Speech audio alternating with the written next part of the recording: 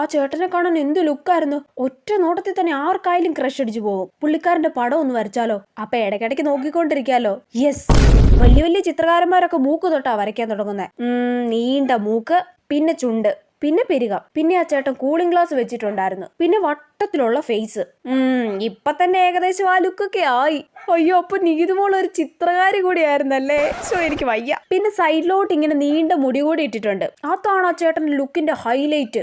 എന്റെ പൊന്നോ, കറക്റ്റ് ആ ചേട്ടൻ തന്നെ. അടിപൊളി. എന്താണ് നീ ഇവിടെ ഇരുന്ന് ചെയ്യുന്നേ? പഠിക്കുവാ അമ്മേ. നീ പഠിക്കുവൊന്നും അല്ല. നീ എന്തോ കുത്തി വരച്ചോണ്ടിരിക്കുവാ? അല്ല, പഠിക്കുവാ. അതെന്താ നീ വരച്ചോണ്ടിരുന്നേ? കാണിച്ചേ. ഇല്ല, ഒന്നും വരയ്ക്കുന്നില്ല. കാണിക്കണ ഇങ്ങോട്ട്. ഉയ്യോ, അമ്മ കണ്ടുപിടിച്ച്. ഇനിയിപ്പോ ആ ചേട്ടൻ ആരാന്ന് ചോദിച്ചാൽ അടി കിട്ടും ഉറപ്പാ. അപ്പൊ പഠിക്കുവാന്ന് പറഞ്ഞ് നിനക്ക് ഇതായിരുന്നല്ലേ അടി പരിപാടി? വെറുതെ വരച്ചതാ അമ്മേ. അവള് പഠിക്കുവാണെന്ന് പറഞ്ഞ് തവളയുടെ ചിത്രം വരച്ചിരിക്കുവാ.